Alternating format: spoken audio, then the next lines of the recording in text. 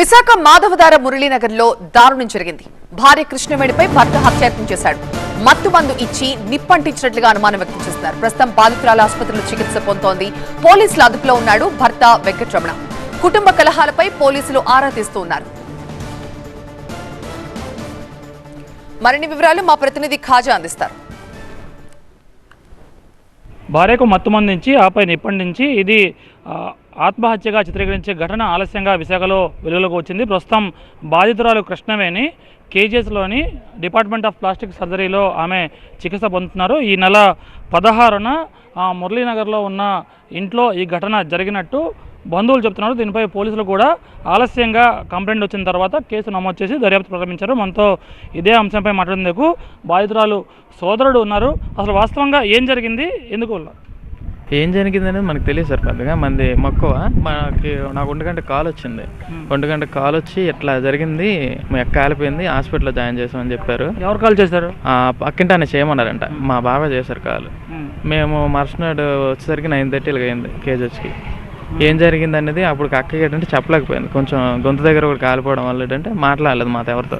కొన్ని రోజుల తర్వాత ఏంటంటే కొంచెం అన్కాన్షియస్ నుంచి బయటకు వచ్చిన తర్వాత ఇట్లా జరిగింది నాకు తెలివి వచ్చింది ఇప్పుడు అని చెప్పి నార్మల్గా ఏం జరిగింది అని అడిగితే నార్మల్గా ఇట్లా జరిగింది, మరి నాకు ఏం జరిగిందో గుర్తులేదు. ఆ రోజు డ్రింక్ తాగాను. డ్రింక్ తాగినిచ్చి నాకు కొంచెం మైగ్రేన్ కూడా ఉంది.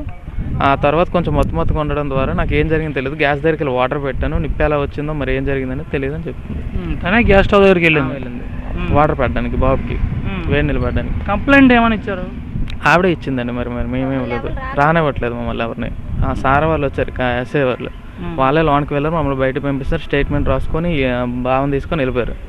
ఏం జరిగిందని కాల్ చేసి చెప్తున్నామని చెప్పి. ఎన్నాళ్ళైంది మ్యారేజ్? బావ ఏం చేస్తుంటారు? 2020లో మ్యారేజ్ అయింది, April 27.